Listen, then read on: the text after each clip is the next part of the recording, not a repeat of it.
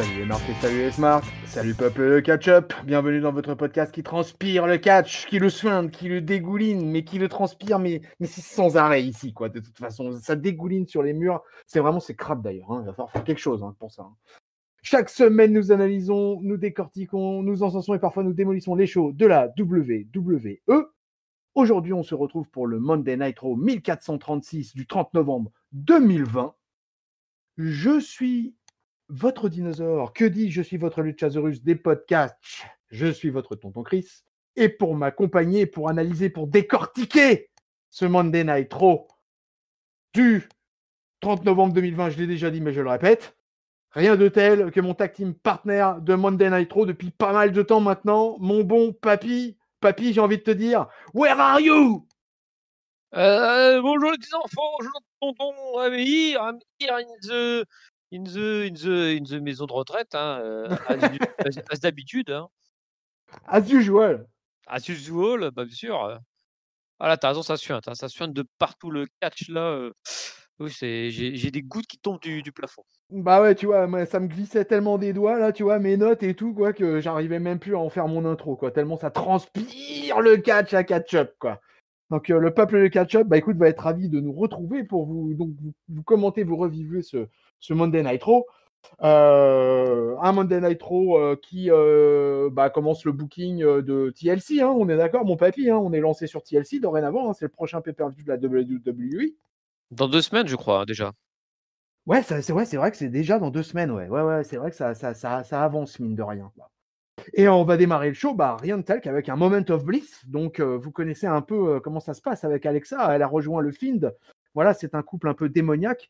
Elle s'est repackagée, hein, avec un look assez girly, jeune, mais elle est voilà, avec un maquillage un peu hardcore et tout, quoi. Donc, on a une Alexa Bliss très sombre, très dark.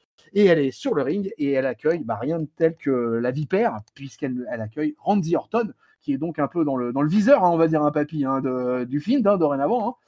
Et voilà, et donc Alexa, elle nous remontre des vidéos, l'intervention du film lors du match de qualification de lundi dernier. Voilà, et elle lui demande s'il sait pourquoi il a fait ça. Donc Orton, il répond qu'il connaît Bryant depuis très longtemps. On se rappelle de la feud, la fameuse feud entre les deux, effectivement, qui avait terminé sur un match assez bizarroïde, on va dire, à WrestleMania. Et voilà, qu'il le considère comme son égal. Et il révèle à Alexa qu'il entend les mêmes voix dans leur tête, quoi, ses voix, quoi. Donc, du coup, il dit qu'il a trouvé la faiblesse de Wyatt, qu'il y a mis le feu. Voilà, remember la maison de Sister Abigail qui crame. Et voilà, et maintenant, il va lui suffire juste de faire à peu près la même chose avec le film, quoi. Et qu'il semble avoir trouvé ce qu'il faut avec en la personne, tout simplement, d'Alexa Bliss. Donc, la Little Miss, elle est pas bête. Hein. Donc, elle lui demande si c'est ses voix qui lui disent ça ou s'il raconte du baratin, quoi, s'il ment. Au moment où elle lui demande ça, les lumières commencent à s'éteindre petit à petit dans l'aréna. Et à ce moment-là, Alexa va prononcer la phrase Who is manipulating who? Qui manipule qui? Les lumières rouges s'allument, le film est présent sur le ring, mais le Horton, il a un plan, le mec. Le mec, il a un plan. Il a pris dans ses bras la Alexa Bliss, ce qui fait que le film, il est un peu scotché, quoi. Il sait pas trop quoi faire, il s'avance, il tend les bras lui aussi. Horton, du coup, lui balance la Alexa Bliss dans les bras. Il quitte le ring, le Horton, vite fait, et voilà, et il se retrouve, et puis évidemment, on a le rire sardonique et satanique habituel du Fiend pour terminer le segment. Alors, mon papy, un moment of bliss assez dense, quoi. Et voilà, donc ce qu'on se disait la semaine dernière, puisqu'on était déjà ensemble la semaine dernière, allez écouter nos reviews, les amis, il y a Raw, il y a SmackDown qui sont en ligne. On en parlait déjà ensemble quand on parlait voilà, de la mise en place de la rivalité entre le Fiend et Orton. Donc, est-ce que tu penses que ce moment of bliss, là, ça nous emmène sur de bons rails? Oui, alors, partagé sur cette introduction parce D'accord. que l'histoire qu'il raconte me plaît bien, et le jeu aussi d'Alexa Bliss qui joue à toi à moi avec Orton en disant: «Qui est-ce qui est en train d'essayer d'embobiner l'autre?» Donc voilà, c'est la feud des tarés, en fait. Vous essayez tous de s'embobiner les uns les autres. Par contre, j'étais un petit peu, pas super convaincu de la manière dont ça a été joué, je trouve. C'était un petit poil hésitant de temps en temps sur les mots. Ouais, j'ai pas trouvé d'alchimie énorme, en fait, entre Orton et Bliss. Alors que pourtant, en fait, le texte en lui-même avait de l'alchimie, mais pas la présence des 2 en fait, tu vois? Et puis même le moment où Orton attrape Bliss dans ses bras, j'ai pas compris, en fait, parce qu'il la portait vraiment, bah, tu sais, comme, un mec qui porte une mariée là, qui rentre dans la chambre nuptiale et pas comme s'il la prenait en otage, tu vois? Sur le coup, je disais: «Bah, pourquoi elle est dans ses bras, c'est sa copine, ils font un câlin?» J'en sais rien Ah, c'est et non, marrant, en fait, moi, ça m'a pas posé de problème, ça. ouais, ouais, je sais pas, j'ai et en fait oui, il la prenait en otage, en fait. Mais sur le coup, ouais, je sais pas, je comprenais pas trop, en fait, voilà, j'avais du mal à, en fait, il me fallait quelques secondes à chaque fois pour comprendre ce qu'il voulait dire. Donc je trouvais pas ça super fluide. Mais sinon, bah, par contre, l'histoire, bien sûr qu'elle me plaît, je suis content qu'ils enchaînent plusieurs semaines de suite et j'espère qu'ils vont continuer dans cette voie-là parce que là, les 3, ils vont pouvoir, s'amuser comme des foufous, à jouer sur le surnaturel, en fait, de la situation, quoi. Donc why not? Ouais, donc c'est notre opener d'Euro et ça se lance doucement. Mais derrière, on va enchaîner avec la première partie un peu catch de ce Monday Night Raw, puisqu'on va avoir un droit à un match, un Symphony of Destruction match entre Jeff Hardy et Elias. Alors, pour ceux qui ne sauraient pas, qui nous écoutent pour la première fois, un Symphony of Destruction match, c'est un match avec plein d'instruments de musique dispersés un peu partout, ringside et sur le Titantron, sur la rampe, etc. Les Jeff Hardy et Elias se sont multipliés les coups de guitare. Ils en sont environ à 76 coups de guitare depuis ces dernières semaines. Une feud qui avait commencé à SmackDown qui continue à Raw. Bref, ils n'en finissent plus d'éclater des guitares sur le dos. Bon, pourquoi pas. Donc du coup, bah là, apparemment, on a décidé de régler le truc. Enfin, on verra si c'est quelque chose de souhaitable. Et donc voilà, on règle ça de cette manière-là. Alors, dans ce Symphony of Destruction match, en fait, c'est aussi comme c'est une sorte de false count anywhere en réalité. Donc les mecs se lancent là-dessus, hein, c'est parti, hein, donc ça s'envoie dans tous les sens.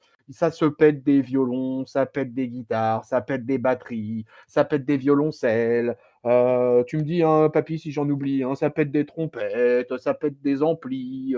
Enfin bref, ça pète tout le Et set les d'un tambours, concert. heureusement. Voilà, il y en a pour des centaines de milliers d'euros de destruction, de matériel musical de haute qualité, voyez-vous. La production à la WWE a les moyens hein, quand même hein, de détruire des choses comme ça, un matériel pareil. Bon, finalement, ça se passe de temps en temps un peu dans le ring, de temps en temps on s'envoie un peu dans le ring pour porter quelques moves connus des deux. Ça botche un petit peu aussi au passage, hein, et Elias, il faut qu'il travaille un peu plus, l'ami. Hein. Du coup, Jeff Hardy va profiter à un moment auquel Elias s'électrocute avec un ampli qui est branché. Il va l'attaquer avec plusieurs instruments. Il va le coucher sur une table située coin à peu près hors du ring. Euh, et il va remporter le match en effectuant quoi en effectuant une set of pas un roll-up, mon papy, hein, pas comme la semaine dernière. Enfin, on a un Ouf! finish avec un finish, quoi. Avec un finisher. Et Swanton Bomb de la part de Jeff Hardy depuis le coin de la table, tout en se fracassant la tête d'ailleurs au passage sur les escaliers en fer qu'il avait oublié d'enlever, ce qu'on-là. Et victoire de Jeff Hardy sur Elias. Mon papy, ton avis sur cette symphonie de la destruction? Et oui, et tu as oublié, alors, ou alors c'est moi qui ai pas qui l'ai raté, mais il y a aussi R-Truth qui était caché dans un piano. Oui, excusez-moi, oui, oui, en plus je l'avais noté, en plus le pire, j'avais marqué Air-Trousse entouré, je ne suis pas pardonnable. Et du coup, ça a donné d'ailleurs un truc marrant dans ce combat, puisque effectivement, Air-Trousse était planqué dans le piano, évidemment, il se cachait de ses éventuels poursuivants pour le titre 24-7. Il est découvert par les deux belligérants, Jeff Hardy et Elias, il sort, il s'en va, à ce moment-là, il y a Eric, les Lucha House Party, et puis je sais plus quel autre, Drew Gulak, qui passe. Et là, pour une fois, il se passe un truc, par contre, assez notable pour le 24-7. C'est que pour une fois, les deux protagonistes du combat vont s'en mêler et vont empêcher Drew Gulak et les Lucha House Party de passer, puisque Jeff Hardy va mettre un surpassement à Drew Gulak, qui va s'écraser comme une merde. Et, et Elias, lui, va s'occuper des Lucha House Party, puisque l'un après l'autre, il va les démolir à coups de clothesline et va même les empiler les uns sur les autres. Et du coup, on suppose après que R-Truth réussit à s'échapper, plus ou moins quand même, mine de rien, grâce à l'intervention de Jeff Hardy et Elias. Ouais, et d'ailleurs, sincèrement, c'est peut-être le truc qui va le plus intéresser dans le match. parce que les Jeff Hardy et Elias, on en a eu une pelletée. Le Symphony of Destruction avec Elias, on l'a déjà eu aussi avec, c'était avec Strowman de Strowman, mémoire. ouais. Et donc du coup, la redite de redite, en plus, moi, j'étais persuadé que c'était fini entre deux, puis les voir revenir l'un contre l'autre. Je fais: «Oh non, non, non! Merde alors!» En plus, enfin voilà, là, j'étais pas emballé des masses. Bon, le match en lui-même est pas mauvais, hein, c'est juste que j'étais pas du tout hypé. Et donc du coup, les voir à deux fracasser le tu vois, la division 24/7, je me suis pris un moment à espérer que tiens, est-ce qu'ils vont pas se trouver finalement des similitudes ou je sais pas, ou merde, c'était et trouver, une sortie originale à ce segment-là. Et non, finalement, ils ont fini le match, à l'ancienne et puis, je ne sais que dire. J'espère que ça va pas continuer ou alors que si ça continue, ils vont trouver d'autres idées plutôt que de les faire l'un contre l'autre parce que, Jeff Hardy et Elias, où est l'avenir pour eux? Il m'a l'air bien bouché quoi, s'ils continuent comme ça. Ouais, alors j'espère que moi je vous ai fait un play-by-play enthousiaste parce que en réalité, votre tonton Chris, il est pas du tout enthousiaste, quoi. Alors bon, premièrement, déjà, je n'aime pas du tout cette stipulation. Moi, même si je sais que c'est du fake, que les instruments, c'est des instruments gimmickés, etc. Très franchement, ça m'a jamais branché les matchs où on détruit des instruments de musique. Voilà, voilà des objets qu'a créé l'être humain pour lequel j'ai beaucoup de respect. Et j'ai jamais été un grand fan. D'ailleurs, c'était une des raisons pour lesquelles, par exemple, je n'étais pas un grand fan de Jeff Hardy. Pas de Jeff Hardy, de Jeff Jarrett. Voilà, qui se trimballait avec sa guitare et qui effectivement lui aussi était assez habitué à ce genre de match. Donc moi, c'est une stipulation qui vraiment ne m'intéresse pas. Ensuite, deuxième point, Jeff Hardy et Elias, il y en a un peu marre, hein, c'est de la mid-card. La mid-card, ça m'intéresse pas beaucoup. Ça a pas mal botché. Le finish a été super dangereux, hein, puisqu'il a failli s'exploser la tête sur les escaliers, quoi, parce que là, ils avaient pas bien géré, ils avaient pas fait gaffe comment ils avaient installé leur matos, là, les mecs. Et donc, c'était un peu dangereux. Le match, je ne l'ai pas dit, mais il faisait quand même 12 minutes 30, hein, mine de rien. Et en fait, pour terminer, je te rejoindrai sur un truc, c'est qu'effectivement, moi aussi, le segment 24/7 que j'avais pourtant bien noté, moi aussi, m'a bien fait rire finalement. Et j'ai trouvé sympa l'idée que Hardy et Elias déboîtent les Lucha Party et Drew Gulak au passage. Je trouvais que c'était pas mal foutu, ça, tu vois. Bah, ça leur Donc, donne un peu plus de caractère, tu vois? Alors que la rivalité, elle ronronne, ouais. on est même on ronfle. Oui, ouais. On est au bord de la sieste, hein. Alors, si vous regardez en direct Raw, ça doit être difficile, hein. Premier match de la soirée, et ça se passe comme ça, c'est compliqué, quoi. Donc voilà, allez, on va aller backstage parce que bon, vous savez bien, hein, Raw, ça dure 3 plombes, hein. Donc Raw, il y a du catch, mais il y a aussi pas mal de backstage. On va y trouver Riddle qui va croiser Kisney en coulisses. Il lui explique que ils s'affrontent ce soir parce qu'on vous l'a dit la semaine dernière, hein, ce soir, il y a un gros triple frit pour devenir le number one contender du bel homme de Drew McIntyre. Et donc, en l'occurrence, Riddle, Kisney et Edge Styles vont s'affronter. On va en parler un peu plus tard. Voilà, donc voilà. Le bro, là, il nous fait tout un baragouinage. Et le lit, pour moi, prend la bonne option puisqu'il décide tout simplement de se casser et de ne pas écouter ce que lui raconte le bro. Derrière, on va avoir une diffusion d'une vidéo de Retribution qui datait d'il y a 3 semaines. Voilà. Ils se demandent pourquoi Ricochet. Alors, parce qu'en ce moment, ils sont en feud avec Ricochet. Alors, attention, les amis, là, je vous préviens tout de suite. Mon papy, je te préviens tout de suite, mais même si tu le sais déjà, on rentre dans la low-card, là. Donc, Ah oui. il se demande pourquoi Ricochet réalise pas ce qui lui est arrivé la dernière fois qu'il l'a affronté. Voilà, il lui avait proposé une place dans Retribution, mais il préfère rester tout seul, là, le one and only. Donc, en conséquence, Ricky la belle déprime, et il va affronter Slapjack ce soir, voilà, ex Shentorn. Il y a une petite vidéo qui est tournée juste après pour nous montrer que Ricochet, il dit que voilà, il aurait plutôt voulu souhaiter sauver Mustafa Ali de Retribution, mais qu'il a choisi un mauvais chemin. Et donc, pour lui prouver qu'il a tort, tout simplement, il va le surpasser. On va donc avoir un match Slapjack versus Ricochet. Slapjack, il est bien évidemment accompagné par Retribution. Il va y avoir au départ un lancement de match que j'ai trouvé pas mal. Mais le problème, c'est que ce n'a été qu'un lancement de match puisque le match va durer 3 minutes 30. Donc vous voyez, en 3 minutes 30, il ne se passe pas grand-chose, même si Ricochet, il a toujours son athléticisme, comme disent les Américains. Mais voilà, ça va être un match complètement phagocyté. Et des distractions de Mustafa Ali, des distractions de Tibar. Slapjack va finalement remporter le match sur un neckbreaker, pas un roll-up, on peut le signaler. Donc défaite de Ricky. Donc c'est là, on est vraiment dans Ricky la belle déprime. Et victoire de Slapjack, donc ça fait la deuxième victoire de Retribution depuis leur création début août, ce qui est pas BZF. Hein. Et voilà, et mon papy, qu'est-ce que t'as pensé voilà, de la low card, là, de ce single match? Ça me fait souffrir rien que de t'écouter décrire ce match, enfin, ce pseudo match, hein, parce que pareil avec les interventions dans tous les sens. Dana Brooke qui a foutu une claque à Ali, c'était en ce match-là qu'il y a eu ça. Oui, Dana, Donc, oui, j'ai oublié de le signaler, effectivement, puisque Dana intervient pendant le match à un moment pour venir un peu semer la discorde avec Mustafa Ali, mais bon, ça marche pas fort. ah non, ça marche pas du tout parce que c'est quelques secondes plus tard que Slapjack gagne en fait. Donc dans le genre de truc qui sert vraiment à rien, il y avait ça. Euh, que dire? Effectivement, ils ont rebalancé des tas de morceaux de vidéos de trucs, de vieux trucs. Je crois que le Ricochet, quand il parle, c'est une vidéo Twitter qui a été faite après un épisode de Main Event. Bah, tu vois, le truc, le fond du truc, quoi. Genre, Ah ouais. Ah non, mais tu non, sors tes ouais. poubelles, tu vois un truc qui traîne au fond de la poubelle. Ah non, après un Retribution Ricochet, là, pour le foutre héros.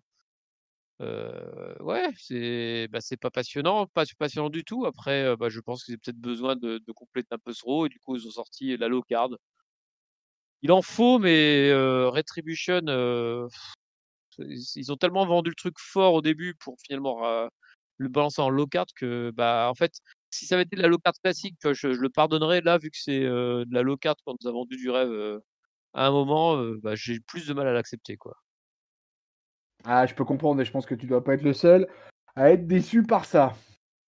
Allez, on va quitter la low card et on va revenir un peu dans du plus sérieux puisqu'on va attaquer le Miz TV avec le Miz et John Morrison qui invite ce soir Sheamus. Donc le Celtic Warrior est présent là dans un look un peu tranquille quoi. Il est assez décontracté le Sheamus, mais par contre pour le coup il est pas du tout chaud pour faire des amabilités au dirt sheet. Hein.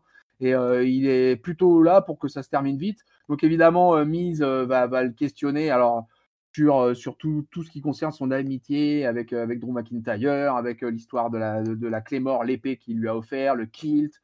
Voilà. Mais du coup, Miz, il a décidé de jouer un peu sur la corde de, bah, tu vois, Drew, il y arrive, il est champion, machin, mais toi, t'es plus rien, toi, en fait, quoi. Toi, t'es limite un has-been, en fait, hein, le Sheamus, quoi. Tout ce que tu vois là, c'est ton meilleur ami, lui, il grimpe au sommet, et puis bah là, toi, tu stagnes, grosso modo.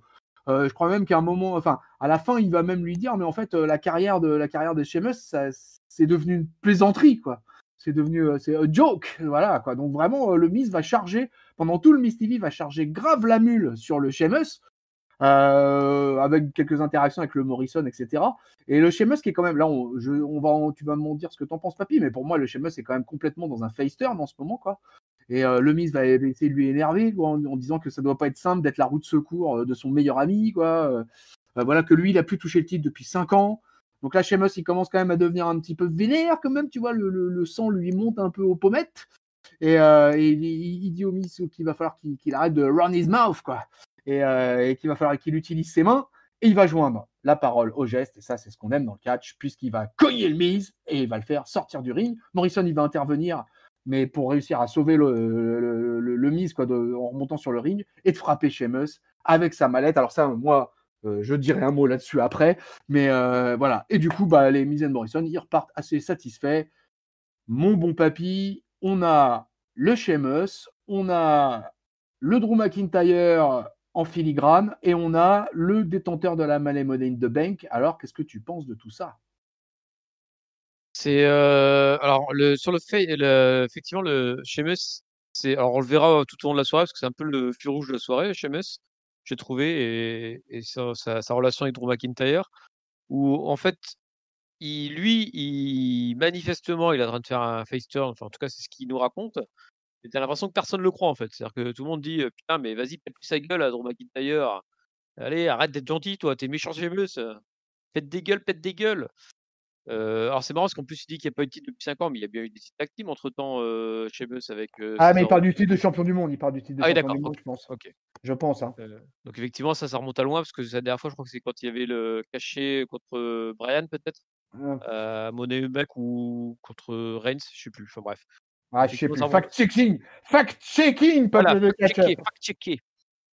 Et donc voilà, donc voilà, il y a toute cette, chose qui est jouée autour de Sheamus en disant, bah, voilà, quel est son nouveau rôle? Est-ce que parce qu'effectivement, il a été bien heel pendant, bah, depuis des années maintenant et manifestement, il est vraiment très copain avec, Drew McIntyre donc à voir la suite.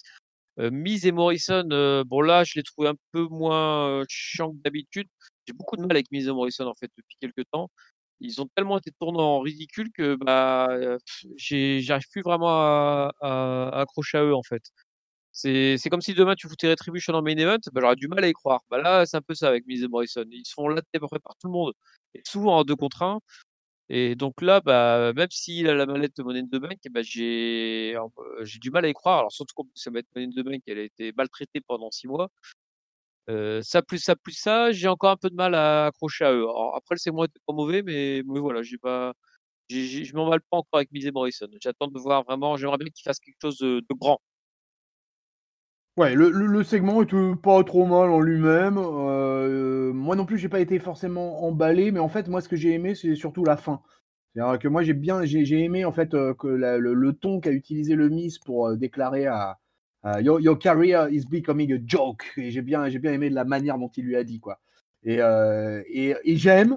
Voilà, on a un défenseur de la mallette, voilà, et donc il a la mallette et il s'en sert pour cogner les gens avec, tu vois. Voilà pour moi ce que c'est pour moi le Miz déjà et en deux lundis il a déjà plus compris que Otis en 6 mois quoi. Donc tu vois voilà il a sa mallette, il est là, le Miz tu vois, il est crédible et pour moi il est dangereux.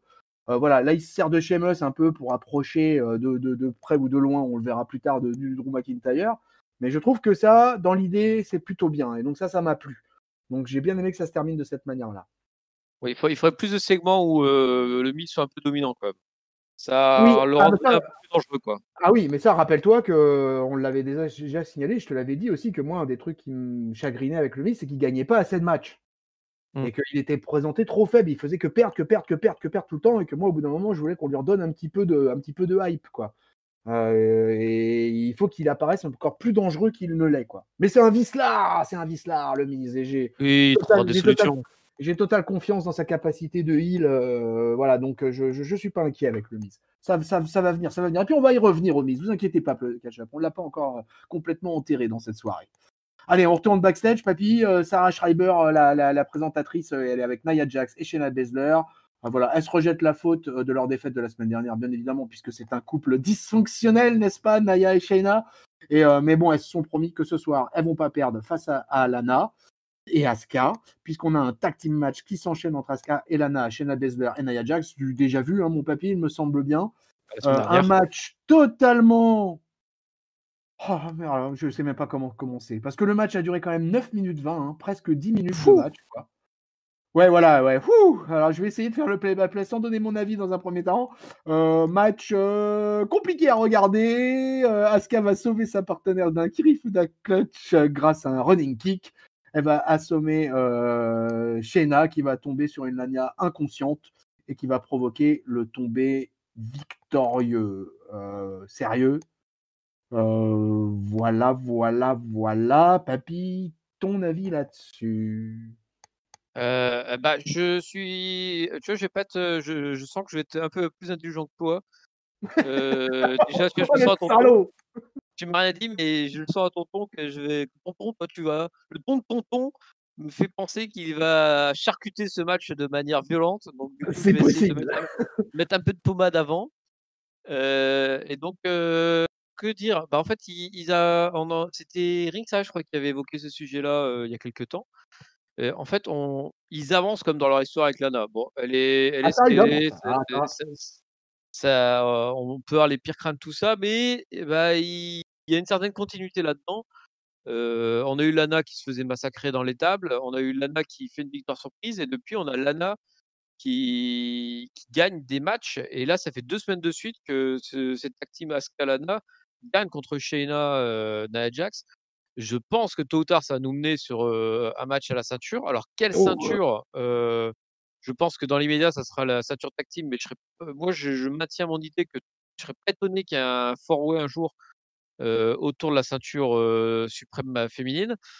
four-way qui pourrait peut-être permettre la victoire de Lana, d'ailleurs, hein. Si on veut trouver une porte de sortie pour faire perdre Asuka sans trop l'humilier, c'est peut-être, la bonne idée. Donc voilà, donc je c'est pas excellent dans le ring, mais n'empêche que je me plaignais de voir Asuka rien foutre. Au moins il y a une certaine continuité là-dedans et et puis, bah, tant que Lana n'est pas dans le ring, c'est quand même pas si mal, quoi. Donc voilà, donc je laisse une chance au produit, on va dire. Vas-y, déchaîne l'enfer là, déchaîne Accrochez le les vos, feux. accrochez vos ceintures, c'était une bouse absolue. N'allez pas regarder ce match. Ce match, il est inregardable. Il est mais pourri, défoncé de botch par Lana et Nia Jax. C'est une horreur absolue. Mon petit cœur, il saigne pour Asuka, quoi, d'être avec des tanches pareilles dans le ring, quoi. Alors que la qualité de la japonaise est pour moi tellement, elle est tellement au-dessus, quoi, mais elle plane deux stratosphères au-dessus, quoi. Et assister à une bouse et en plus un one more time de la semaine dernière avec un finish mais tellement pérave. Mais ah non, là vraiment, ah non, là vraiment, vraiment, non, non, mais là moi je me suis dit non, non. Alors après, toutes tes hypothèses, mon papy, notre fantasy booking, comme on a l'habitude de le faire à catch-up de toute façon, hein, des fois qui marche, des fois qui marche pas. Mais oui, effectivement, ce four-way dont tu parles, pourquoi pas, ça pourrait être effectivement une solution qui me plairait plus ou moins. Après, allez, pourquoi pas. Mais Nia Jax et Lana, elles sont tellement mauvaises dans le ring, tellement mauvaises. À la rigueur, qu'on laisse se démerder Shayna et Asuka pour le titre suprême, ouais, ok. Et puis qu'on règle l'histoire du titre par équipe. Moi, j'aimerais bien que Arrow, il y ait une nouvelle équipe de filles qui débarque. Tu vois, ça Oui, me plairait bien, quoi. surtout qu'ils ont Voilà. du temps. Ouais, ouais. Bon, voilà, ils ont décidé de over-pusher Lana, ça y est, on le sait, maintenant on l'a anticipé, on l'a compris, on l'a encaissé, ça y est, c'est parti, Lana, elle a une fusée au cul. Bon, ok, on y va avec ça, mais dans ces cas-là, donnez-nous un os à ronger sur le titre tag team féminin, balancez-nous une nouvelle équipe un peu dans cette affaire, et peut-être qu'on aura des matchs au moins de un peu meilleure qualité, parce que si tu veux, moi je veux bien qu'on me donne 10 minutes d'un match comme ça, mais on me donne un match de 10 minutes de qualité entre les cordes quand même si l'histoire elle est pas terrible, tu vois. On me donne pas, dans ces cas-là, on me met un match de 2 minutes, point barre. Surtout pour un finish aussi, mais aussi, oh là là, mon Dieu, mais j'ai dit, mais non, mais c'est pas possible qu'ils nous fassent ça, quoi. Et voilà, donc moi vraiment, alors là, c'est un 0, je mettrais un 0, un 0,5 à un match comme ça, quoi, tu vois, je mettrais un 0,25 pour Asuka, 0,25 pour Shayna, et puis le reste du monde, quoi. Ah ouais, non, Ouais. non, non, là vraiment, j'accepte pas un truc pareil. Pour moi, c'est même pas professionnel qu'on ait assisté à une bouse pareille, quoi. Mais en fait, ce qui empêche en fait, le Tour Sans de se réaliser, je pense, c'est que non seulement on a un double facteur, on a non seulement Lana qui est pushée, c'est la top face de Raw Ah bah et oui. en face, c'est Nia Jax qui est poussée top heel de Raw. Oui, Parce parce que que les c'est la, défaites, c'est plus Shayna Baszler qui les prend, c'est elle qui a tous les segments micro quasiment, c'est elle qui est ultra dominante, hein, mais oui, mais oui, mais dans la oui, relation. mais Et donc oui. c'est la conjonction des 2 qui fait que, bah, tu pas forcément du bon catch et qu'en plus, bah, tu pas de solution pour la division, tag team vu que, bah, tu as Nia Jax qui est prise avec Lana. Forcément, les 2 ils sont obligés d'être à 2. Donc tu rajoutes Shayna vu que tu as Nia Jax et du coup, vu qu'elles sont 2, bah, tu rajoutes Asuka avec Lana et puis, bah, pouf patapouf, les 4 ensemble et puis, mais voilà, ce sera pas la plus grande rivalité des filles. C'est J'ose espérer que c'est un truc qui laisse passer le temps, puis qu'au moment du Rumble, ils balanceront toute cette rivalité à la poubelle et puis qu'ils partiront sur du vrai catch pour Asuka. Mais moi, je serais pas étonné que jusque-là, on soit voilà, entre 2 eaux en termes de catch au niveau féminin, côté Raw. voilà. Mais je vais arrêter tout de suite de parler de ce truc. Arrête! On passe au backstage. Backstage, on va retrouver Drew McIntyre qui va croiser le poteau chez Meuse. Il a regardé le Miss TV, bien évidemment, le bel homme. Hein, il n'est pas super content de ce qu'il a pu s'y dire. Mais du coup, bah, il dit au Sheamus, bah écoute, moi je te propose un truc, hein, c'est que tu me rejoins et puis ce soir on va affronter le Dirt Sheet dans le main event, hein, puisque c'est quand même moi le champion du monde, donc c'est quand même moi qui pécho le main event. Bien évidemment, le Sheamus va accepter. Challenge accepted. Tout de suite derrière, on va avoir Kofi Kingston, Xavier Woods, le New Day qui vont être sur le ring. Ils ont une grande annonce à faire. Ils font partie d'une nouvelle équipe d'animation, hein, pour le retour d'une chaîne de gamers, hein, une chaîne qui diffuse du jeu vidéo, un peu comme le stream, je crois, sur Twitch, si j'ai bien lu. J'essaie de me mettre à la page, mon papy, des trucs de C'est junk. impressionnant. Moi, j'ai rien compris à ce que tu as dit. Ouais, voilà. Ouais. Bon, on fera une traduction plus tard, quoi. Et puis, on demandera à la femme du patron de nous traduire. Je sais qu'elle parle le japonais, alors elle va peut-être parler le Jones aussi. Les talents. Donc, voilà. Donc, du coup, il remercie les fans, hein, en fait, hein, voilà, de l'avoir plébiscité auprès de la chaîne. Kingston, derrière lui, il va enchaîner un peu sur le hot business. On va parler business, c'est le cas de le dire.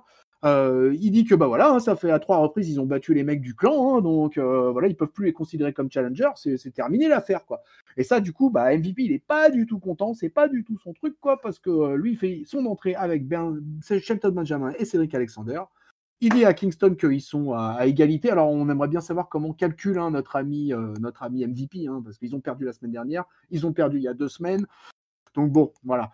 Il y a eu 2 matchs de victoire des New Day, donc il faudra qu'on nous explique. Et donc, le MVP ne nous explique pas ça. Il n'est pas prof de mathématiques, hein, il est manager de catcher. Donc, il déclare qu'ils vont prendre les titres par équipe dès leur prochaine rencontre. En attendant, ce soir, on a un single match entre Cedric Alexander et Xavier Woods. Un match. Bon, 5 minutes 25, hein, on continue, hein, dans des timings ce soir dans Raw assez difficiles, certainement, surtout après les matchs de 20 minutes de la semaine dernière, hein. Donc, parce que si vous nous écoutez, si vous êtes des réguliers, vous savez de quoi on parle. Donc, on se retrouve avec un match de 5 minutes 25, voilà, sans rien à dire de particulier, quoi. Un match très très classique entre les deux. Alexander, il va réussir à passer son lumber check sur Xavier Woods pour remporter le match, qui va gagner clean, il faut quand même le signaler. Il va repartir tranquille vers les coulisses. Je crois même qu'il va oublier ses 2 potes, si j'ai bien fait attention à ce qui se passe à la fin C'est du match. ça, ouais. C'est ça, hein, il part sans MVP et c'est Shelton Benjamin, quoi. Il est tellement il est dans le truc, le mec. Donc voilà, mon papy, single match, Alexander Woods. Qu'est-ce que t'en as à penser? Oh, rien de particulier, c'est vraiment le match de transition pour t'as une rivalité tag team, bah t'en prends un de chaque équipe, et puis c'est le non-champion qui bat le champion, et puis comme ça va justifier le fait qu'ils vont refaire un match tag team avec ces 2 équipes-là, alors qu'il y en a déjà eu 2 les 2 dernières semaines. C'est la grosse méga ficelle. Effectivement, dans les promos d'avant-match, ça a été festival de mathématiques foireuses entre les New Day qui disaient qu'ils avaient 3 victoires, alors qu'en fait, il y a eu 2 victoires plus un compte extérieur la semaine dernière. Du coup, MVP: «Non, non, mais non, en fait, vous avez 2 victoires pour vous, mais du coup, bah, nous, le compte extérieur, bah, ça nous fait 2 victoires». Ah bah oui, d'accord, c'est totalement clair aussi comme explication. Donc ouais, festival de mathématiques, et puis ouais, c'est ce que je disais, c'est la grosse ficelle. Ça me m'en c'est oui, je sais qu'avec les New Day, on aura du bon match tag team, et Benjamin et Alexander sont pas mauvais non plus, donc bah, la grosse ficelle, je m'en moque un peu finalement. Ce qui m'intéresse plus, c'est de m'imaginer qu'on aura un nouveau match à TLC, et peut-être avec une stipulation en plus qui serait pas mal. Ouais, c'était super moyenasse, hein, c'est pas avec ce genre de segment ou de match qu'ils vont nous mettre en PLS à Raw, hein. Donc là, franchement, voilà, encore après s'être enchaîné le Asuka Lana chez Shayna Baszler, Nia Jax, si vous allez voir les highlights de Raw, vous pouvez très bien ne pas vous attarder sur ce match, quoi. Ouais, Allez, en fait, c'est marrant. En fait, c'est des finalement, on s'en prend plus à espérer avec du fantasy booking en disant: «Ouais, mais ça mène peut-être à ça, donc c'est peut-être bien». Mais tu vois, le segment lui-même, ouh là! ouais, tout à fait. Allez, on retourne un peu vite fait en backstage, puisqu'il y a Riddle qui va croiser AJ Styles avec Omos, son associé. Et voilà, et Styles, en fait, il lui dit à Riddle qu'il veut qu'il soit sérieux, quoi, pendant le match, quoi. Mais le bro, voilà, il lui répond qu'il a déjà raté sa chance déjà une fois. Mais bon, on voit bien que le vétéran est pas plus impressionné que ça par le bro. Donc tout va bien pour le AJ. Et parce qu'on va rentrer dans le vif du sujet, mon papy, puisque là, on va rentrer dans une triple frite, le triple threat match, qui va désigner celui qui va affronter ni plus ni moins que le bel homme, que le champion du monde, que le Drew McIntyre. Allez le voir, le Drew McIntyre, sur Catch Off, il a fait une interview avec Ajus et Shiro. Le mec, il pue le charisme, ça schlingue vers l'infini et au-delà. Allez écouter ça. Il fait une interview super avec les deux historiques commentateurs français, et c'est bien cool. D'ailleurs, si vous alliez sur le Discord, vous l'auriez trouvé direct. Je dis ça, je dis rien. Voilà! Voilà. Et donc, du coup, on revient à nos moutons. Le number one contender va être désigné dans ce match-là. AJ Styles versus Kisly versus Riddle. Alors, là, on va avoir un match de 13 minutes. Ah, on rentre dans des canons un peu supérieurs, on va dire, là, tout de suite, hein, parce que là, on arrive main eventer, up mid-card. Et là, on va avoir un match dense, intense, où tous les 3 mecs vont pouvoir passer à peu près et avoir leur gros moment. Il va y avoir pas mal de near fall, en particulier Kisty qui m'a bien fait sursauter à un moment, quoi. Et sur un pinfall sur Riddle, il me semble. Le AJ Styles est un malin, hein, ce gars-là, mais ce gars-là, il connaît le catch sur le bout des doigts. On peut le critiquer, on peut ne pas aimer, je peux comprendre, mais franchement, ce gars-là, il connaît c'est un worker de folie, quoi. Et voilà, et il s'est alterné, quand il prend des coups, il sait disparaître, alors que Kisty et Riddle se sont beaucoup usés l'un contre l'autre au milieu du ring. Et le Styles, voilà, alors que Riddle, il avait réussi à assommer Kisly, qu'on pensait que ça y est, c'était bon, le Styles, il va surgir des cordes pour placer son phénoménal forearm sur le bro, et il va remporter le match. Clean, victoire de AJ Styles. AJ Styles est donc le number 1 contender face à Drew McIntyre. Papy! Oui, donc choix logique On de l'avait Gesta, prédit, hein. On on avait l'avait donné le prédit la spoiler, semaine hein. dernière. Ouais, on l'avait spoilé la semaine dernière. Désolé pour les gens qui du coup n'ont pas été surpris, mais bon, on a souvent raison, hein, c'est un peu notre malheur, c'est de tout voir. C'est notre croix. Voilà, c'est notre croix que nous portons et que nous porterons toujours. Ouais, oui, je rebondis sur ce que tu dis en fait, effectivement, AJ Styles, on voit vraiment qu'il c'est le gars expérimenté parmi les 3. Alors c'est pas non plus 2 genoux, hein, les 2 autres, Non, non. mais par contre, c'est 2 gars qui ont pas forcément l'habitude du très haut niveau, en termes d'exposition, tu vois? C'est récemment arrivé dans le main roster, et du coup, j'ai senti que de temps en temps, ils étaient un petit peu perdus, sur le ring, et tandis que Styles, il colmatait les brèches, tac, tac, tac, tac, tac, et il court partout, il fait ci, il fait ça, de temps en temps, il disparaît quand c'est le moment de disparaître, il réapparaît, puis autant, voilà, il apportait de la fluidité au match, tandis que, il notamment sur la fin du match, là, j'ai l'impression qu'il se dit un petit peu perdu dans le ring, enfin, je sais pas, c'était peut-être l'impression que j'avais. Mais voilà, c'est pour moi, en tout cas à titre personnel, c'est le meilleur choix qu'on pouvait faire parce que c'est le meilleur catcheur des 3, AJ Styles, et puis c'est le plus haut placé pour de mettre en valeur, Drew McIntyre. En plus, il a son homme de main, à ses côtés, qui va d'autant plus, prouver qu'il est un danger pour, Drew McIntyre. Peut-être qu'un jour les 2 autres le seront, mais c'était franchement pas le temps, de les mettre là, je trouve, parce que Drew quelque part, c'est un champion, mais un jeune champion. Ça fait peu de temps finalement qu'il est dans le main event, et donc c'est bien de lui envoyer en face des mecs, confirmés, tu vois? Comme ça vraiment ça a dit: c'est un jeune champion, mais en face on lui envoie les tauliers de chez tauliers, il les étale tous les uns après les autres, et je trouve que ça donne plus de valeur à son titre de champion, d'étaler des valeurs sûres, en fait, et Personne donc peut voilà. remettre en cause en fait un affrontement AJ Styles Drew pour la bonne simple raison que là on a 2 palmarès, on a 2 mecs énormes, on a 2 mecs dans la vibe, on a un mec qui est stratosphérique cette année, c'est Drew McIntyre, on a un AJ Styles qui est une valeur sûre, qui va complètement épouser cette rivalité, et je pense que tu vois, on va avoir 2 semaines super sympas entre les deux jusqu'au point d'orgue à TLC. Donc moi ça me paraît super bien joué, j'ai rien à redire sur ce booking. De toute façon, on était d'accord tous les deux la semaine dernière déjà là-dessus. Donc on ne fait que vous confirmer, peuple de catch-up. Voilà, la tag team partner des anciens, elle est d'accord sur AJ Styles. Voilà, c'était à la fois un prono et à la fois un souhait, et donc nous sommes doublement ravis. Voilà, exactement. Une très bonne nouvelle dans ce Monday Night Raw.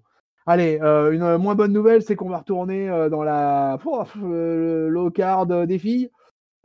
Puisqu'on va avoir un match, on va avoir un match entre Dana Brooke et Rick Owens, ex-Mia qui fait donc partie de Retribution, qui est accompagné de Mustafa Ali. Un match, un papy, on va aller très très vite, hein. Il a duré 2 minutes 15. Il y aura une intervention de Mustafa Ali, mais Dana Brooke elle va surprendre Rick Owens avec un Roll-up! That's true, baby!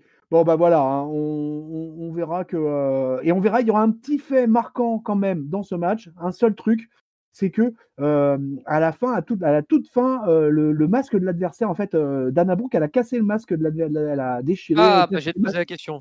Et du coup, ça a révélé la véritable identité de Rick Owens, en l'occurrence Mia Yim. Alors, par contre, Mustafa Ali n'était pas content, hein. Lui, il est monté sur le ring et il a engueulé Rick Owens en montant sur le ring, quoi. Pas très sympa avec sa collègue. Bon, allez, mon papy, la lotte carte féminine. Allez, vas-y. Non, mais rien à dire. J'allais te poser la question de savoir si elle avait débuté le match sans masque ou si elle l'avait perdu en cours de match, parce qu'en fait, j'ai tourné la tête à un moment Et, et, et d'un coup, je vois qu'elle a plus de masque. Je fais bah merde, alors est-ce qu'elle l'avait pas depuis le début ou est-ce que je me souvenais plus. Et comme j'avais la flemme de faire retour arrière, je me suis dit, je vais demander à tonton, comme ça sera plus simple. Donc elle a perdu pendant le match. D'accord, bon, bah, elle a perdu le masque, elle a perdu le match contre Dana Brooke, c'est la totale. Bienvenue pour ton premier match à Romy Haïm, c'est une belle réussite. Ah, formidable. Formidable. Allez, on va retourner en backstage. C'est dur hein, d'enchaîner après les low cards, je vous assure les amis, peuple de catch-up, venez faire un tour dans notre studio, un de ces quatre, et vous comprendrez. Allez, on enchaîne avec le Miz et Morrison qui vont croiser Jay Styles et Omos dans les coulisses. Ils vont féliciter Styles pour sa victoire, donc voilà, fair play, le dirt sheet. Et voilà, et Styles en fait il lui déclare qu'il serait ravi d'aider le Miz à encaisser sa mallette. Parce qu'après, pour lui, ça serait plus facile de battre le Miz que Drew McIntyre. Donc là, tu vois, papy, on est exactement dans ce qu'on vient Voilà. d'expliquer. Voilà, AJ Styles, c'est AJ Styles. Voilà, donc le mec, déjà, direct, il a un plan. Voilà. Et ça, voilà. Et le Miz, c'est le Miz, c'est-à-dire que tout le monde, voilà, il était tellement mauvais qu'on souhaite qu'il soit champion, quoi. Et ouais, on en est là. Voilà, du coup, on va avoir Riddle qui va être rejoint par MVP, toujours en backstage, hein, qui va lui demander comment il a pu perdre, quoi. Et Riddle, du coup, il a l'air plus ou moins de s'en foutre, comme d'habitude, en fait, et il propose carrément à MVP de faire équipe, quoi. Mais ça, au moment où il va dire ça, il va se passer un truc notable, c'est qu'il y a Bobby Lashley qui va arriver par derrière, qui va porter une full Nelson au bro et qui va laisser Jésus, les bras en croix, sur le sol. Alors, mon papy, j'ai envie de te dire, mais c'est pas possible, hein, il faut qu'on arrête tous les deux, quoi. Hein, parce que la semaine dernière, on a dit, pour le titre US, ce serait pas mal que si Riddle il perd le titre ou Kisly perde le titre, qu'ils aillent vers le titre US. Et que se passe-t-il? Eh ben, Bobby Lashley, il attaque Riddle, mon papy. Et oui, effectivement, Riddle qui s'était foutu de la gueule d'un peu des Hurt Business la semaine dernière, et puis du coup, qui prend sa raclée cette semaine. Je reste, dans mon point de vue, je pense que ça sera toujours Keith Lee qui, au final, prendra le relais de Riddle parce qu'il avait vraiment fait de grosses oppositions contre Lashley. Voilà, je vais y arriver. Mais attendons de voir, effectivement. Bon, c'est bien parce qu'en fait, le Hurt Business, c'est un peu ce qui se fait de mieux au-delà du main event. Donc, c'est bien pour eux qu'ils puissent rester à ce niveau-là, quoi. Ouais, on est en plein dans la mid-card, voilà, le titre US, voilà, il faut trouver une rivalité à Lashley parce qu'il y en a besoin, moi je considère. Il Mmh. faut qu'il y ait de la concurrence pour ce titre, donc c'est parfait, voilà, ça y est, c'est lancé. De l'autre côté, d'ailleurs, il va y avoir Kisly, puisqu'on parlait de Riddle, Kisly, lui, il va croiser Sheamus, et il va un petit peu titiller Sheamus sur les petits problèmes qu'il a, quoi. Donc Sheamus, il lui demande de se mêler ses affaires, gros jeu de regard, grosse tentative d'intimidation. Donc là, de mon papy, de ce côté-là, on part du côté Kisly versus Sheamus. Mais alors, je sais pas. Je ne sais pas, parce que Sheamus, il a un programme ultra chargé pour la soirée, donc on le reverra encore après. Et donc je ne sais pas exactement ce qu'il en est, est-ce qu'il est face, est-ce qu'il est heel, ou est-ce que Keith Lee est heel peut-être, j'en sais rien. Je ne sais pas, je ne sais plus, j'attends de voir la suite. Je suis perdu, je suis foutu. Voilà. Et que Ah, va-t-il voilà. se passer? Et que va-t-il se passer? Eh bien, nous allons le savoir tout de suite, puisque nous allons nous concentrer tout simplement vers Charlie Caruso. Ouh! Magnifique, souvenez-vous. Ah, Charlie Caruso, elle accueille qui? Elle accueille le bel homme pour une interview, bien évidemment. Ah, voilà, donc elle va lui demander un peu qu'est-ce qu'il a pensé, voilà, de sa défaite des Survivor Series. Ça m'intéressait beaucoup d'ailleurs, ça. Et finalement, il nous dit qu'il se sent plutôt bien. Il est toujours le WWE Champion de toute façon, hein, et même s'il n'a pas réussi à battre Roman Reigns, il est content d'avoir pu montrer voilà, que le Roman, il l'a quand même un peu sous-estimé, qu'il lui a donné un beau combat, et il a bien raison. Il promet quand même, t'auras remarqué, hein, il promet au chef tribal qu'ils vont se rencontrer Oui, à nouveau, hein, que c'est pas terminé c'est cette pas affaire. fini. Hein. Parce qu'il lui dit bien à la De Gaulle, s'il a gagné une bataille, c'est lui qui va gagner la guerre. J'ai bien aimé Mais ça, mon papy, ça. J'ai bien aimé ça. nous l'avons compris. C'est entendu. C'est pas tombé dans l'oreille de sourd. Même si on est vieux, là, on l'a pas raté ce coup-là. L'appareil était bien réglé. Exactement. Nous avons un matériel auditif farpé. Voilà. Et qu'est-ce qu'il nous dit de plus? Parce qu'il n'aura pas terminé là-dessus, je crois d'ailleurs. Non, ah oui, il va nous dire aussi qu'il va se concentrer sur AJ Styles maintenant qu'il va affronter à TLC. Voilà, il sait qui est son number one contender dorénavant. Charlie, elle va quand même lui expliquer, elle est bien, cette Charlie, elle est belle, c'est formidable. Elle lui explique qu'il y a quand même le Miz et sa mallette, qu'il faut qu'il fasse gaffe, quoi. Mais le McIntyre, comme on vous l'a dit, hein, il pue le charisme à des kilomètres et le mec, il est confiant comme jamais. Voilà, il dit que le Miz, il s'intéresse qu'à lui de toute façon. Il y a que la mallette qui le rend important. Et donc, il n'est pas prêt d'encaisser de sitôt, quoi. Je veux dire, voilà, le champion, il les a posés sur la table, hein, excusez-moi de l'expression. Donc, le Miz, tiens-toi prêt, quoi. Derrière, main event. Tag team match. Drew McIntyre et Sheamus versus le Dirt Sheet. Alors, bon. Un main event qui dure 9 minutes 55. Est-ce que déjà, je vous donne des indications, peuple de catch-up? Voilà, main event du vaisseau amiral qui se termine sur un match de 10 minutes. Voilà. Alors, au commentaire, il y aura avec Samoa Joe, voilà, avec la triplette habituelle, on aura en plus AJ Styles qui va faire les commentaires et ça va être quasiment le truc pendant les 10 minutes les plus sympas. Le match en lui-même est plutôt rythmé et tout ça, mais c'est vraiment court. Il y a quelques petits passages un petit peu foirés aussi, quoi, d'ailleurs. Et voilà, AJ Styles, il va profiter que Sheamus, il a été écarté pour attaquer Drew McIntyre. Et ça va causer la disqualification du Dirt Sheet. Donc, victoire des Faces par DQ. John Morrison et le Miz, ils vont effectuer quand même derrière attaque et ils vont mettre chacun leur finish sur l'Écossais. Omos, il va choper la mallette et il va l'attendre au Miz pour qu'il puisse l'encaisser. AJ Styles va récupérer. Ah non, c'est pas ça, excusez-moi, je me suis embrouillé dans mes notes. Non, Omos va prendre la mallette, excusez-moi. Il va l'attendre au Miz pour qu'il puisse encaisser, mais le champion, il est debout, Drew, il est debout, et il va claquer au Miz une clé mort. Voilà, c'est ça, le play-by-play. Derrière, ça sent un peu le feu là-dedans. Il y a un espèce d'embrouillamini. J'aime ce mot en ce moment, je sais pas pourquoi. Embrouillamini. Et AJ Styles va choper la mallette et va aller vers l'arbitre et faire style, bah voilà, encaisse la mallette, quoi. Là-dessus, le Miz, il va se précipiter, il va dire non, mais qu'est-ce que tu fais là? C'est ma mallette, c'est à moi et tout. Et là, voilà, le Styles, malin comme un singe en fait, quoi. Il a tenté le coup, on sait jamais, sur un malentendu, ça passe, l'arbitre il fait pas gaffe, il sonne le cash-in pour le AJ Styles. Mais bon, du coup, ça marchera pas, ça va partir en cahuète. Et derrière, Omos, il va choper AJ Styles sur ses épaules. Alors là, le truc, le mec, il fait 2,85 m. Donc, il va choper AJ Styles sur ses épaules. Et AJ Styles, il est fou de colère, quoi. Et il est fou de colère après Drew McIntyre. Et il n'arrête pas de l'invectiver. Et il lui dit, tu vois, Omos, là, il t'a sauvé la vie, Drew McIntyre. Il t'a sauvé la vie, là, parce que, tu vois, j'allais te massacrer, quoi. Tout ça en postillonnant. C'était pas très geste barrière, tout ça. Et en postillonnant, en hurlant. Et donc, le bel homme, lui, il est resté droit dans ses bottes, sur le ring, tranquillement posé sur la 3e corde. Voilà, il lui a dit, ok, t'inquiète, mec. T'inquiète, t'as de la chance qu'il y a ton bonhomme qui est en train de te retenir là, parce qu'on va bientôt se voir à TLC. Clap de fin, le main event de Monday Night Raw du 30 novembre 2020 s'achève ainsi. Mon papy, c'est 10 minutes, alors? Ouais, alors comme toi, j'étais surpris quand j'ai vu le chrono, parce que j'ai vu qu'il restait 10 minutes dans le show, sur mon enregistrement, puis je me dis: «Putain, il démarre seulement le match, ça risque d'être bien court». Le match en lui-même, alors, d'une part, un match avec Miz et Morrison en main event, je suis pas emballé parce que c'est Miz et Morrison qui sont en dessous de tout. Sauf que, ils ont plutôt bien vendu le match, en fait, en rajoutant Sheamus, en rajoutant AJ Styles. Toutes les histoires qui ont eu lieu pendant le show, ça a permis quand même de bien hyper Oui. le match, bien hyper les bonhommes qui étaient là, toute l'histoire autour de l'encaissement de la mallette. Alors moi, je l'ai pas du tout compris comme toi, l'encaissement de la mallette. En fait, pour moi, AJ Styles était en train de forcer la main, au Miz pour qu'il encaisse. C'est-à-dire qu'il a pas arrêté de dire: «Vas-y, attaque-le», au début, parce qu'il commence déjà par mettre un coup à Drew McIntyre. Ensuite, il encourage Morrison à mettre son finish sur McIntyre. Ensuite, il encourage le Miz à mettre le finish sur Drew McIntyre. À ce moment-là, il ramène la manette en disant: «Bah, tiens, vas-y, maintenant encaisse». Et puis tu as le Miz, il fait: «Non, mais c'est moi qui décide quand est-ce que j'encaisse». Enfin bref, voilà, moi je l'ai compris comme ça en fait, c'était en D'accord. gros AJ Styles qui forçait la main au Miz pour qu'il encaisse parce qu'il voulait absolument affronter le Miz et pas affronter Drew McIntyre au pay-per-view.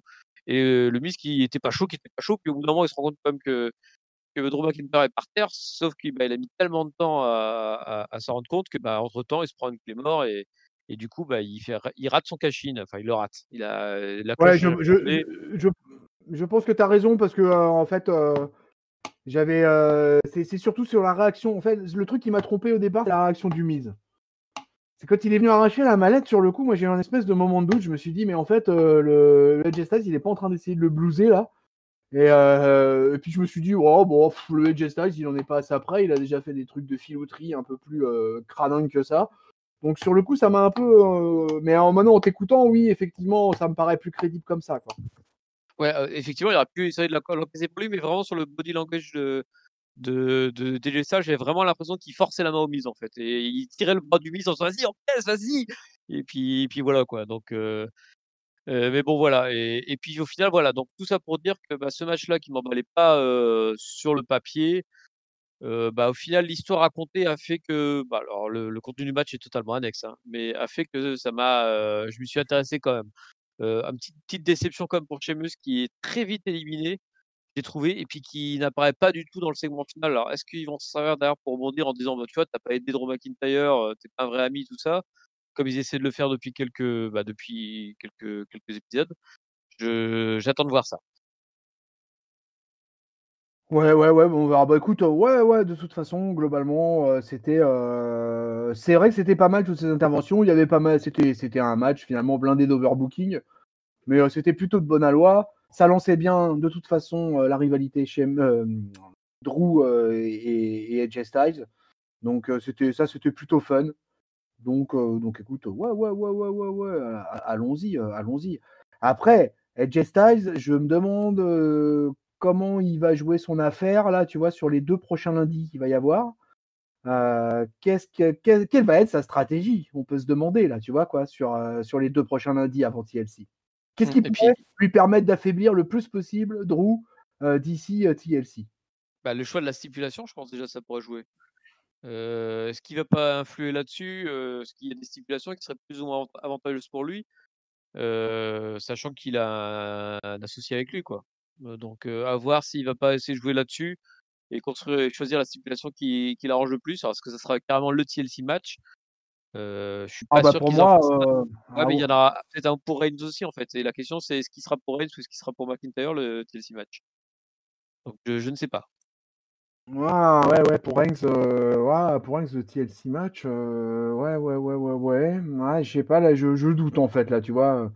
Ah, et évidemment, ouais, pour les 2 titres mondiaux, il va peut-être pas y avoir 2 TLC matchs, effectivement. Bah, ça me semblerait gros que pour les 2 mecs, en plus. Euh, ouais, c'est possible, ouais. Ouais, c'est possible. Ah, j'ai un vieux Ap doute. Ouais, j'ai un vieux ouais. doute là sur Après, ce est-ce qu'ils vont pas principe-là. jouer, le table match pour, Reigns, Kevin Owens, vu que c'est le head of the table, Reigns? Ça serait l'occasion de jouer un peu, sur ça. Effectivement, effectivement, ça serait bien. Ah, j'aime beaucoup son t-shirt à Roman Reigns, hein. On est à Raw aujourd'hui, mais j'étais pas sur votre review de SmackDown.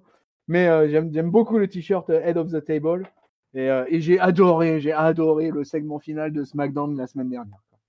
Et bah, il était voilà, bah, c'est, ce qu'on disait, hein, quand tu laisses, le champ à Kevin Owens, et ben, tu te fais plaisir.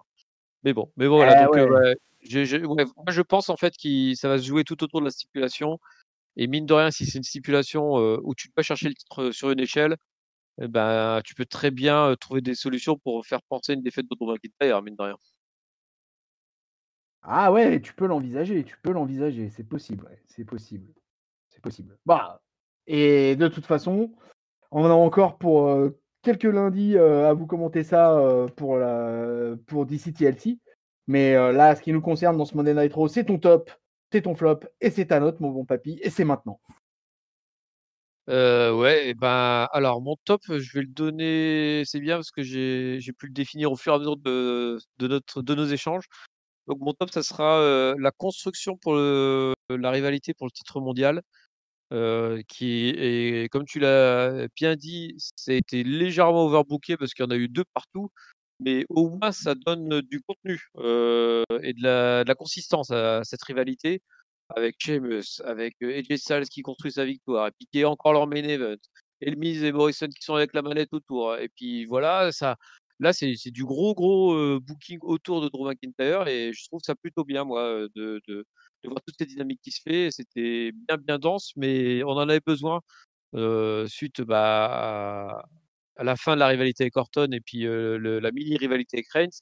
Fallait relancer, Drew McIntyre sur un gros truc, et je pense que c'est le bon choix et que ça a été bien fait. Donc voilà mon top, la construction de la rivalité pour le titre suprême. Mon flop, pop, pop, c'est assez compliqué parce qu'il y a vraiment beaucoup de trucs qui étaient pas terribles, hein, dans ce Raw. Je vais le donner globalement à la division féminine,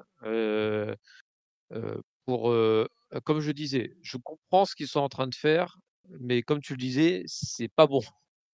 Donc qu'ils aillent au bout de leurs idées et j'espère qu'ils vont essayer de nous surprendre un peu plus que là avec quelques idées, quelques choix un peu plus audacieux.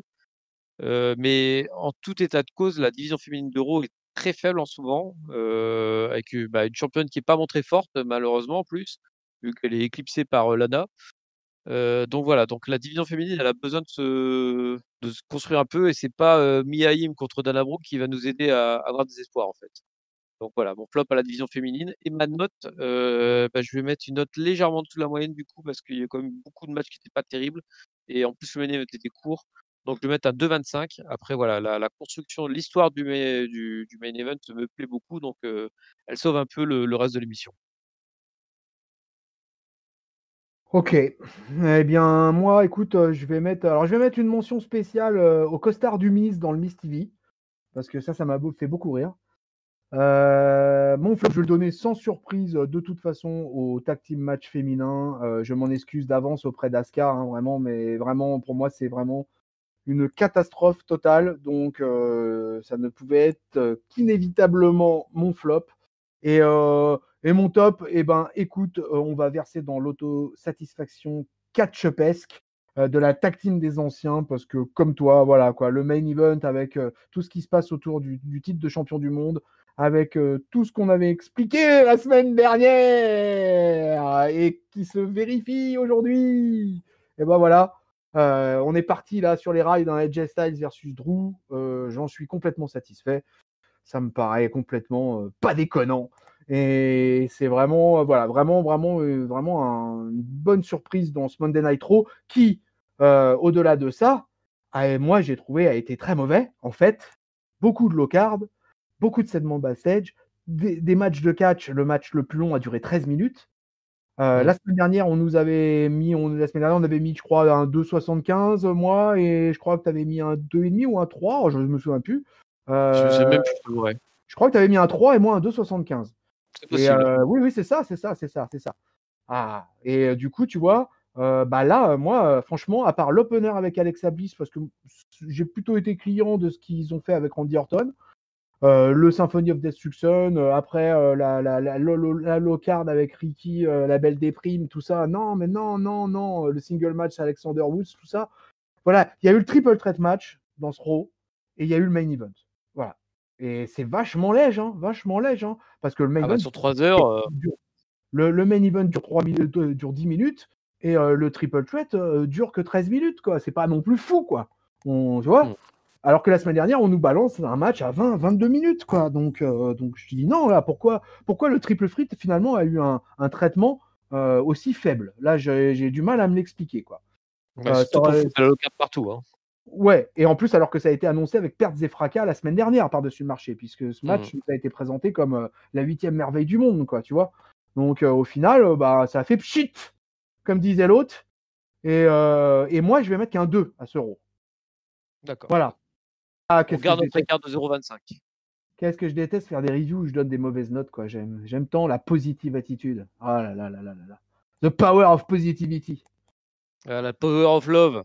Ouais, oui, tout à fait. Voilà, et ben là, on n'y était pas beaucoup pour cette semaine, malheureusement, pas de catch-up. Alors bon, j'espère que vous serez plus amusés à nous écouter qu'à voir ce Raw. Donc si on peut vous donner des conseils pour les highlights, c'est aller voir le triple threat et aller voir le main event. Et puis ça se passera bien comme ça, quoi. Voilà, allez, on est arrivé à la fin de ce Monday Night Raw, de cette review du 30 novembre 2020. On vous envoie, voilà, partout pour nous trouver sur les réseaux sociaux, Facebook, Twitter, Instagram. Sur YouTube, sonnez la cloche. N'hésitez pas à laisser des commentaires, on vous répondra. Sur le site officiel catchup.lepodcast.fr, sur toutes les bonnes plateformes de podcast, Apple Podcast, Spotify, Deezer, Google Podcast. Vous nous retrouvez bien évidemment toute la communauté Catchup sur Discord. Voilà, pour venir discuter. Vous y trouvez des onglets qui traitent d'un peu tout. Attention, il y a un onglet spoiler, donc à faire très attention dans cet onglet-là. Vous avez des modérateurs. Les modérateurs, c'est toute l'équipe de la team Catchup. Et voilà, c'est un Discord qui est bien actif, qui est bien sympa. On fait des bisous d'ailleurs à tous ceux là, aux grands actifs. Là, je pense à des pros Wardlow, à tous les zigotes et compagnie, quoi. Enfin, vous reconnaîtrez tous, peuple de Catchup. Et voilà, mon bon papy, mon bon ancien. Bah écoute, on va pouvoir retourner sereinement à la maison de retraite ce soir. Hein. Oui, voilà, une affaire rondement menée. Je te remercie de m'avoir invité dans ta chambre et puis voilà, c'était fort plaisant, malgré, le niveau d'euro un peu défaillant. Ouais, ça fait plaisir. On avait une bonne connexion avec les 2 Minitel, là, c'était top. Alors, on s'est branché directement sur 3615, on va pas le dire, mais c'était bien. Ouh C'était là bien. là. C'était impeccable. Et ben voilà. Et ben écoutez, c'est sur ces bonnes paroles qu'on vous souhaite une bonne semaine pleine de catch, qu'on vous fait des cordes à linge plein la face. Salut, papy. Salut tonton, salut à tous. Salut, 1, 2, 4.